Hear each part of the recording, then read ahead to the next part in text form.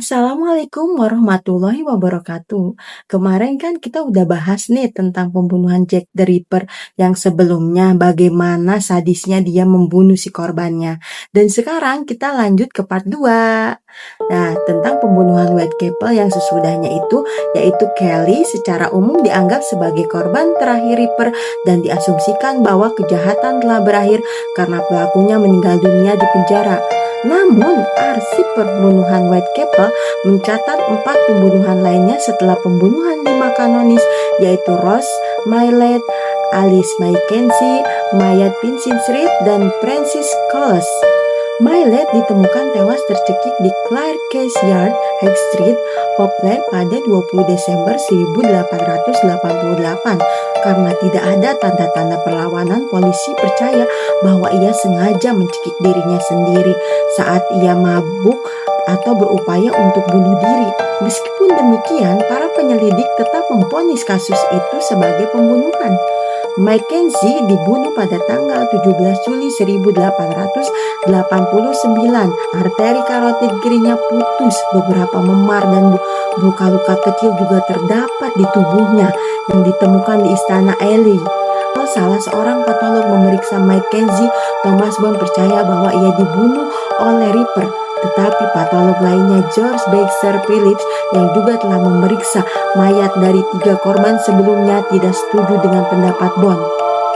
Mayat Vincent Reed adalah mayat tanpa kepala dan tanpa kaki seorang wanita tak dikenal yang ditemukan di bawah sebuah lorong kereta api di Vincent Reed, Whitechapel pada 10 September 1889. Ada dugaan bahwa pembunuhan itu dilakukan di tempat lain dan bagian-bagian tubuh yang dipotong-potong tersebut dibuang di tempat-tempat terpisah. Coles dibunuh pada 13 Februari 1891 di bawah lorong kereta api di Swallow Gardens, Whitechapel. Tenggorokannya digorok tetapi tubuhnya tidak dimutilasi. Sesaat setelah pembunuhan, polisi menangkap James Thomas Sadler yang sebelumnya terlihat sedang bersama korban. Ia didakwa atas pembunuhan dan diduga merupakan Ripper yang asli. Namun ia dilepaskan karena kurangnya bukti pada tanggal 3 Maret 1891. Selain 11 pembunuhan Whitechapel, para penyelidik telah menghubungkan kasus lainnya dengan Ripper. Dalam salah satu kasus yang dikenal dengan Perry Pay, tidak diketahui apakah kasus itu nyata atau dibuat dengan sengaja untuk membesar-besarkan misteri Ripper.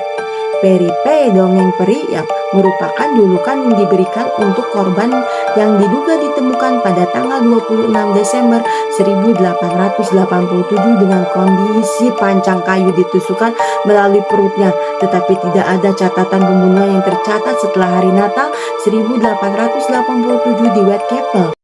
Perry Pay diduga diciptakan oleh media dengan memanfaatkan keterkaitan antara pembunuh terhadap Emma Elizabeth Smith dengan serangan terpisah pada Natal sebelumnya. Sebagian besar penulis sepakat bahwa Perry Pay tidak pernah ada. Annie Millwood dirawat di panti sosial Whitechapel dengan luka tusukan di kaki dan perut bagian bawah pada tanggal 25 Februari 1888. Dia pulih tetapi meninggal karena sebab-sebab alamiah pada 31 Maret 1888 di usia 38 tahun. Millwood kemudian ditetapkan sebagai korban pertama Ripper, tetapi keterkaitannya dengan Ripper tidak bisa dipastikan. Annie Palmer yang tinggal di rumah sewaan yang sama dengan Martha Tabram melaporkan bahwa ia telah diserang pada tanggal 21 November 1888. Ia menderita luka dengan dangkal pada tenggorokan, tetapi diduga bahwa ia sengaja melakukannya pada dirinya sendiri untuk mencari popularitas. Misteri Whitehall adalah istilah yang diciptakan atas penemuan mayat tanpa kepala seorang wanita pada tanggal 2 Oktober 1888 di ruang bawah tanah markas kepolisian metropolitan yang sedang dibangun di Whitehall. Sebuah lengan milik tubuh sebelumnya ditemukan mengambang di sungai Thames di dekat Pimlico dan salah satu kakinya kemudian ditemukan dikuburkan di dekat lokasi penemuan badannya. Bagian kepala dan anggota tubuh lainnya tidak pernah ditemukan dan mayat tersebut tidak teridentifikasi sampai saat ini. Mutilasi ini serupa dengan kasus Pinchin Street. Kaki dan kepala dipisahkan tetapi lengannya tidak. Misteri Whitehall dan kasus Pinchin Street diduga merupakan bagian dari serangkaian pembunuhan yang disebut dengan misteri Thames, dilakukan oleh seorang pembunuh berantai yang dijuluki dengan pembunuh torso. Apakah Jack the Ripper dan pembunuhan torso ini merupakan orang yang sama atau pembunuh berantai berbeda yang kebetulan aktif di daerah yang sama, yang masih diperdebatkan karena modus operandi pembunuh torso ini berbeda dengan Ripper? Maka polisi memutuskan bahwa tidak ada keterkaitan antara keduanya.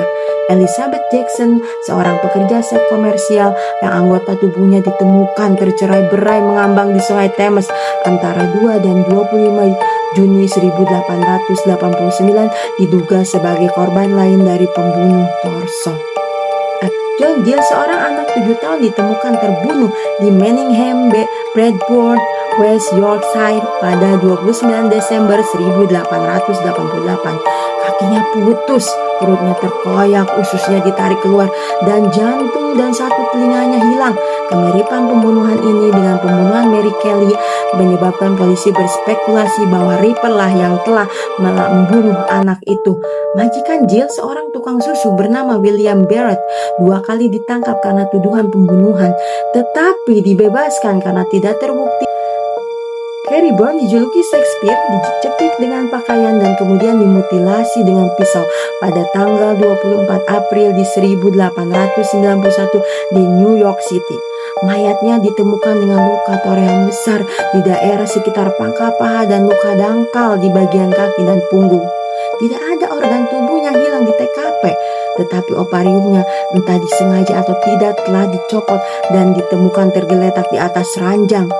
Pada saat itu, pembunuhan ini dikaitkan dengan Whitechapel, tetapi kepolisian metropolitan akhirnya menyatakan bahwa keduanya sama sekali tidak berkaitan. Akhirnya investigasi pun dilakukan.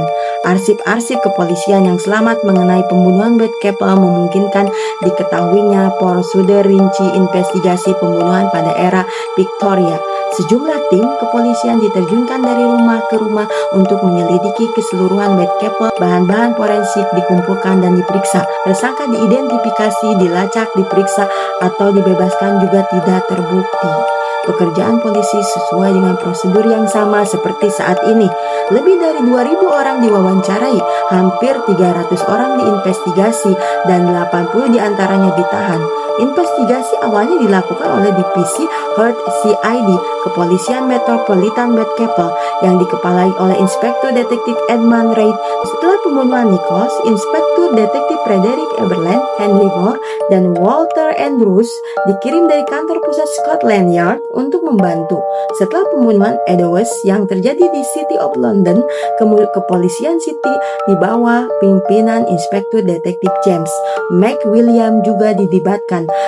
Namun secara keseluruhan penyelidikan ini terhambat karena kepala CID yang baru diangkat Robert Anderson sedang cuti dan ada di Swiss pada tanggal 7 Oktober hingga 6 Oktober yang merupakan waktu terjadinya pembunuhan terhadap Chapman, Stride, dan Eddowes.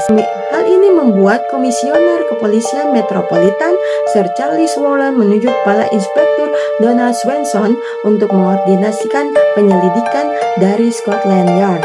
Gertakan Pria Buta, itu judul kartun dipankarya John Tenniel 22 September 1888 yang mengkritik ketidakmampuan polisi dalam mengungkap kasus Ripper. Kegagalan polisi untuk menangkap si pembunuh memperkuat sikap radikal bahwa polisi tidak kompeten dan tidak mampu.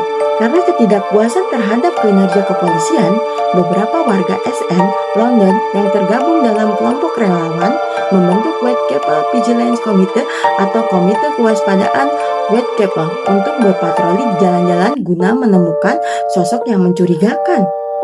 Mereka juga meminta pemerintah untuk menaikkan hadiah bagi yang mengetahui informasi tentang si pembunuh dan menyewa detektif swasta untuk menyelidiki saksi secara independen. Tukang daging, tukang jaga, dokter, dan ahli bedah awalnya dicurigai sebagai tersangka karena adanya mutilasi pada para korban. Sebuah catatan dari Mayor Henry Smith, Komisaris Kepolisian City of London, menunjukkan bahwa alibi dari tukang daging dan tukang jaga setempat telah diselidiki. dan mereka tersingkir dari penyelidikan karena tidak ada terbukti. Laporan dari Inspektur Donald Swenson kepada kantor pusat kepolisian mengonfirmasikan bahwa 76 tukang daging dan tukang jaga telah diselidiki dan penyelidikan ini juga dilakukan terhadap semua karyawan mereka yang dipekerjakan selama 6 bulan terakhir. Beberapa tokoh kontemporer termasuk Ratu Victoria berpendapat bahwa berdasarkan pola pembunuhan pelakunya adalah seorang tukang daging atau penjual ternak yang bekerja di salah satu kapal ternak yang bepergian antara London dan daratan Eropa. Whitechapel juga dekat dengan pelabuhan London dan biasanya kapal-kapal ternak tersebut berlabuh pada hari Kamis atau Jumat dan berangkat pada hari Sabtu atau Minggu. Kapal-kapal ternak diperiksa, tetapi tanggal pembunuhan tidak bertetapan dengan pelayaran kapal tersebut dan transfer awak antar kapal juga dikesampingkan. Profil kriminal. Pada akhir Oktober, Robert Anderson meminta ahli bedah kepolisian Thomas Bond untuk memberikan pendapatnya mengenai sejauh mana keterampilan dan pengetahuan bedah si pembunuh. Bond berpendapat bahwa si pembunuh Whitechapel ini merupakan orang dengan profil tersangka. Pendapat Bond ini didasarkan pada pemeriksaannya terhadap korban mutilasi dan catatan otopsi dari 4 pembunuhan kanonis sebelumnya. Ia menyatakan kelima pembunuhan ini tidak diragukan lagi dilakukan oleh tangan yang sama. Dalam 4 pembunuhan pertama, tenggorokan korban digorok dari kiri ke kanan. Dalam kasus terakhir, luka mutilasi yang begitu luas menjadi mustahil untuk menentukan arah potongannya. Tetapi daerah arteri yang ditemukan memercik di dinding tempat kepala si wanita seharusnya berbaring.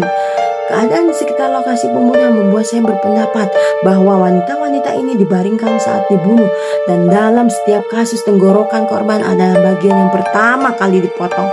Bond menentang gagasan yang menyatakan bahwa si pembunuh memiliki pengetahuan ilmiah atau anatomi dan bahkan tidak memiliki pengetahuan teknis seorang tukang daging atau tukang jaga. Menurut pendapatnya, si pembunuh pastilah memiliki kebiasaan tersendiri yang tergerak untuk melakukan pembunuhan berkala dan maniak erotis dengan karakter mutilasi yang menunjukkan satyariasis. Bond juga menyatakan bahwa dorongan untuk membunuh mungkin berasal dari rasa dendam atau kondisi pikiran yang kacau atau maniak agama yang memiliki penyakit bawaan, tapi saya pikir tak ada dari hipotesis ini yang mendekati. Meskipun tidak ditemukan bukti mengenai adanya aktivitas seksual si pembunuh dengan salah seorang korban, psikolog menganggap bahwa pelaku melakukan penetrasi terhadap korban dengan menggunakan pisau dan meninggalkan mereka dalam posisi seksual yang tidak bermartabat. Pandangan ini ditentang oleh pakar lainnya yang menolak hipotesis ini dan menganggap bahwa pendapat ini tidak didukung bukti. Sedikit demi sedikit tersangka ini mulai terkuak. Spekulasi mengenai identitas Jack the Ripper di sampul Pajalapak pada 21 September 1889 oleh kartunis Tom Mary. Pembunuhan yang dilakukan pada akhir pekan atau hari libur dan lokasinya yang saling berdekatan menunjukkan bahwa Ripper memiliki pekerjaan dan menetap di daerah setempat. Pakar lainnya menduga bahwa sang pembunuh adalah seorang pria kelas atas yang berpendidikan, mungkin seorang dokter atau bangsawan yang berkelana ke Whitechapel dari daerah yang lebih makmur. Beberapa teori mengenai motif si pembunuh telah menghasilkan persepsi budaya yang beragam, seperti ketakutan terhadap profesi medis, ketidakpercayaan terhadap ilmu pengetahuan modern, atau eksploitasi orang miskin oleh orang kaya. Tersangka yang dicurigai pada tahun-tahun setelah pembunuhan meliputi hampir setiap orang yang dikaitkan dengan kasus tersebut oleh dokumen kontemporer, serta beberapa nama-nama terkenal yang bahkan tidak pernah dipertimbangkan dalam penyelidikan kepolisian, karena semua orang yang hidup pada saat peristiwa tersebut sekarang ini sudah meninggal. Tersangka yang disertakan dalam dokumen polisi kontemporer diantaranya adalah 3 orang yang disebutkan dalam memorandum tahun 1894 oleh Sir Melville Bagneton, tetapi bukti terhadap mereka tidak cukup mendalam. Meskipun terdapat begitu banyak teori yang beragam mengenai identitas dan profesi Jack the Ripper, pemerintah tetap tidak menyepakati solusi tunggal dan jumlah tersangka mencapai lebih dari 100. Selama pembunuhan Ripper, pihak kepolisian, surat kabar, dan yang lainnya telah menerima ratusan surat mengenai kasus tersebut. Beberapa di antaranya bermaksud baik dengan memberi nasihat untuk menangkap si pembunuh, tetapi kebanyakannya hanya lelucon dan tidak berguna. Ratusan surat diklaim telah ditulis oleh sang pembunuh sendiri. 3 di antara yang paling terkenal adalah surat Dear Boss, kartu pos, Saucy Jackie, dan surat From Hell. surat Dirbos bertanggal 25 September diposkan pada 27 September 1888. Surat tersebut diterima oleh Central News Agency dan diteruskan kepada Scotland Yard tanggal 29 September. Awalnya surat tersebut hanya dianggap sebagai lelucon, tetapi ketika Eddowes ditemukan terbunuh 3 hari kemudian dengan salah satu telinga yang terpotong seperti yang dituliskan dalam surat tersebut, Dirbos ini pun mulai mendapat perhatian. Akan tetapi polisi menganggap bahwa telinga Eddowes telah diambil oleh si pembunuh secara kebetulan selama penyerangan, sama sekali tidak berhubungan dengan isi surat, dan ancaman penulis surat untuk mengirimkan telinga korbannya kepada polisi tidak pernah dilakukan.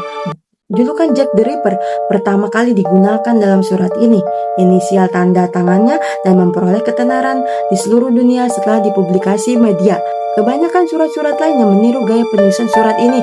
Beberapa sumber mengklaim bahwa surat lain yang bertanggal 17 September 1888 adalah surat pertama yang menggunakan nama Jack the Ripper, tetapi sebagian besar pakar percaya bahwa ini adalah pernyataan palsu yang disertakan ke dalam catatan polisi pada abad ke-20. Kartu pos Saucizeki diposkan pada tanggal 1 Oktober 1888 dan diterima pada hari yang sama oleh Central News Agency. Tulisan tangan dalam kartu pos tersebut mirip dengan surat Dirbos. Disebutkan bahwa 2 korban telah terbunuh di lokasi yang sangat dekat satu sama lainnya. Pembunuhan ganda kali ini yang diduga merujuk kepada pembunuhan Stride dan Eddowes. Pada awalnya dirumorkan bahwa kartu pos tersebut diposkan sebelum pembunuhan dipublikasikan, sehingga mustahil bagi si penulis untuk mengetahui peristiwa tersebut. Tetapi faktanya kartu pos tersebut diposkan lebih dari 24 jam pasca terjadinya pembunuhan, lama setelah rincian kejadian diketahui oleh jurnalis dan penduduk setempat. Surat Cromwell diterima oleh George Lass, Kepala Whitechapel Vigilance Committee pada 16 Oktober 1888. Gaya penulisan dan tulisan tangannya tidak sama dengan surat Dirbos dan kartu pos Saucizeki. Surat ini dikirimkan dalam sebuah kotak kecil yang juga berisikan separuh ginjal yang diawetkan dalam botol anggur etanol. Hal ini segera dikaitkan dengan pembunuhan Eddowes, yang ginjal bagian kirinya telah dicuri oleh si pembunuh. Penulis surat tersebut menyatakan bahwa ia telah menggoreng dan memakan separuh ginjal yang hilang. Ada perdebatan mengenai penemuan ginjal ini. Beberapa pakar berpendapat bahwa ginjal tersebut adalah milik Eddowes, sedangkan yang lainnya berpendapat bahwa itu tidak lebih dari sekedar lelucon yang mengerikan. Ginjal tersebut diperiksa oleh Dr. Thomas Openshaw dari London Hospital, yang kemudian diketahui bahwa ginjal tersebut adalah ginjal bagian kiri manusia. Tetapi tidak diketahui apakah ginjal tersebut milik pria atau wanita. Openshaw kemudian juga menerima sebuah surat yang ditandatangani oleh Jack the Ripper. Scotland Yard menerbitkan faksimil dari surat Dirbos dan kartu pos Saucizeki pada tanggal 3 Oktober dengan harapan bahwa seseorang akan mengenai tulisan tangan tersebut. Surat tersebut tetapi harapan ini sia-sia. Dalam sebuah surat yang ditunjukkan untuk Sekretaris Negara Godfrey Lexington, Komisioner Polisi Charles Warren menyatakan, "Saya pikir semua surat itu tipuan, tapi tentu saja kita terpikat untuk mencoba dan memastikan siapa penulisnya dalam hal apapun." Pada 7 Oktober 1888, George R. Smith menyatakan komentar pedasnya dalam surat kabar Minggu Ripri. Ia mengungkapkan bahwa surat-surat tersebut ditulis oleh seorang jurnalis untuk menaikkan oktav surat kabar setinggi langit. Beberapa saat kemudian dilaporkan bahwa petugas kepolisian telah mengidentifikasi jurnalis tersebut, kemudian diketahui bernama Tom Bullen. Berdasarkan keterangan dalam surat yang ditulis oleh Kepala Inspektur John George Little Seal kepada George R. Sim pada tanggal 23 September 1913, seorang jurnalis lainnya bernama Priebes dilaporkan juga mengaku pada tahun 1931 bahwa ialah yang telah menulis surat-surat tersebut untuk menjaga agar bisnis tetap hidup. Halaman surat kabar yang menjuluki si pembunuh dengan apron kulit September 1888. Kasus ribut ini menandai awal titik pentingnya pemberitaan kasus kriminal oleh jurnalis. Meskipun bukan pembunuh berantai pertama, kasus Jack the Ripper menjadi kasus pembunuhan pertama yang menimbulkan hiruk-pikuk media di seluruh dunia. Reformasi pajak di Inggris pada tahun 1850-an menyebabkan meningkatnya jumlah penerbit-penerbit surat kabar murah dengan oktav yang lebih banyak. Hal ini menyebabkan menjamurnya jumlah surat kabar daripada era Victoria, misalnya ilustrasi Police News. Akibatnya, Ripper menerima publisitas besar yang belum pernah terjadi sebelumnya. Setelah pembunuhan Nichols pada awal September, Manchester Guardian melaporkan bahwa Apapun informasi yang mungkin diketahui oleh polisi yang mereka anggap perlu untuk tetap dirahasiakan, diyakini bahwa perhatian mereka terutama sekali diarahkan pada seorang karakter terkenal yang dikenal sebagai si apron kulit. Para jurnalis frustasi atas keengganan CID yang untuk mengungkapkan rincian penyelidikan mereka kepada publik, sehingga mereka terpaksa menulis laporan-laporan yang kebenarannya diragukan. Deskripsi imajinatif si apron kulit ini muncul di media, merujuk pada kebiasaan tukang daging saat itu yang memakai apron atau celemek berbahan kulit. John Pizer, seorang Yahudi setempat yang membuat alas kaki dari kulit yang dikenal dengan merek Leather Apron, ditangkap oleh polisi. Tetapi hasil investigasi melaporkan bahwa saat ini tidak ada bukti apapun terhadap dia. Pizer dibebaskan tidak lama kemudian. Setelah dipublikasikannya surat Dirbos, identitas Jack the Ripper, nama yang digunakan oleh media dan publik untuk menyebut si pembunuh, menggantikan julukan apron kulit. Dan nama Jack sendiri sudah digunakan untuk menggambarkan legenda penjahat London lainnya, yaitu Jack si tumit pegas yang dipercaya melompat di tembok untuk menyerang korbannya dan melarikan diri secepat ia datang. Kejadian ini membawa pengaruh yang begitu besar. Nemesis of Neglit, Jack the Ripper digambarkan sebagai sosok hantu yang menguntit Whitechapel, kartun di majalah Punch pada tahun 1888. Pembunuhan ini telah menarik perhatian berbagai kalangan mengenai kondisi hidup yang buruk di SN. Opini publik terhadap kawasan Whitechapel yang kumuh, sesak, dan tidak sehat merebak. Selama 2 dekade setelah pembunuhan, kawasan-kawasan kumuh dan buruk di SN dibersihkan dan dimusnahkan. Tetapi jalan-jalan dan beberapa bangunan yang terkait dengan legenda Jack the Ripper Jack the Ripper tetap dipertahankan dan dipromosikan sebagai atraksi wisata. Penginapan The Ten Bells di Commercial Street yang setidaknya pernah dikunjungi oleh seorang korban dijadikan fokus utama pariwisata Ripper selama bertahun-tahun. Setelah pembunuhan, sosok Jack the Ripper dengan cepat menjadi momok menakutkan bagi anak-anak. Ia sering digambarkan sebagai sosok yang menyeramkan dan mengerikan. Pada 1980-an dan 1930-an, Ripper digambarkan dalam berbagai film sebagai seorang pria yang mengenakan pakaian sehari-hari dan secara diam-diam memangsa korban-korban yang tidak mencurigainya. Atmosfer kejahatannya ditegaskan melalui efek pencahayaan dan bayangan hitam. Pada tahun 1960-an, Ripper telah menjadi simbol kepredatoran bangsawan dan ditampilkan sebagai sosok pria misterius yang mengenakan topi tinggi. Setelah Ripper digabungkan atau meminjam simbol-simbol kisah horor lainnya, misalnya jubah Dracula atau pemanen organ Victoria Frankenstein. Selain dokumen kontemporer yang kontradiktif dan tidak dapat diandalkan, upaya untuk mengidentifikasi pembunuh juga terhambat oleh kurangnya bukti forensik yang selamat. Analisis DNA terhadap surat-surat yang masih ada tidak meyakinkan. Surat-surat tersebut telah ditangani berkali-kali dan terlalu terkontaminasi untuk memberikan hasil yang berarti. Jack the Ripper telah ditampilkan dalam ratusan karya fiksi dan non-fiksi yang semakin mengaburkan batas antara fakta dan fiksi, termasuk surat-surat dan buku harian palsu Ripper. Ripper telah muncul dalam berbagai novel, cerita pendek, puisi, buku, komik, permainan, lagu, drama, opera, program televisi, dan film. Sampai saat ini terdapat lebih dari 100 karya non-fiksi yang secara eksklusif membahas tentang pembunuhan Jack the Ripper, menjadikannya sebagai salah satu pembunuh yang paling banyak ditulis di seluruh dunia. Istilah Ripperologi diciptakan oleh Colin Wilson pada 1970-an untuk menggambarkan kajian dan studi mengenai kejahatan Ripper oleh pakar-pakar profesional maupun amatir. Tidak seperti pembunuh-pembunuh populer lainnya, tidak ada sosok Jack the Ripper yang ditampilkan di kamar horor Madame Tussauds sesuai dengan kebijakan mereka untuk tidak memodelkan tokoh yang sosoknya tidak diketahui. Sosok Ripper hanya ditampilkan dalam bentuk bayangan. Pada tahun 2006, Jack the Ripper dipilih oleh majalah BBC History dan pembacanya sebagai tokoh Britania terburuk dalam sejarah.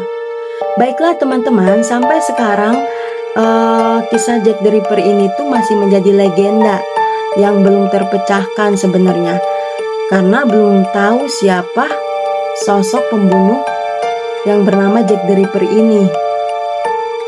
Ya baiklah, sampai di sini saja kisah di Jack Ripper. Nanti kita akan bahas kisah-kisah selanjutnya teman-teman. Assalamualaikum warahmatullahi wabarakatuh. Dadah.